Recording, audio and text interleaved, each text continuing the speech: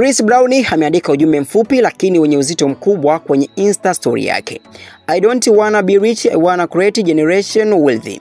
Kauli hii imeonekana kuwa zaidi ya maneno yake, ni dira ya maisha.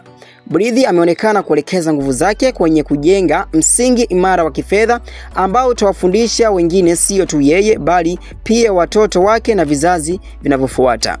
Katika era ambayo wengine wanatafuta utajiri wa haraka, Chris Brown ameonyesha mtazamo tofauti kabisa, kuwekeza kwenye urithi, sio umaarufu wa leo tu. Inaonyesha jinsi msanii huyo anavyokomaa kimawazo sambamba na mafanikio yake ya kimuziki.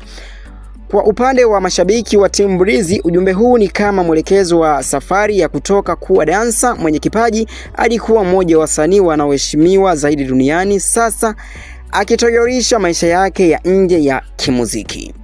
Mtazamo wako ni upi ndugu mtazamaji wa Varada Online TV popote ulipo duniani? Kumbuka mimi hapa ni Mr. Chambu kutoka hapa Varada Online TV.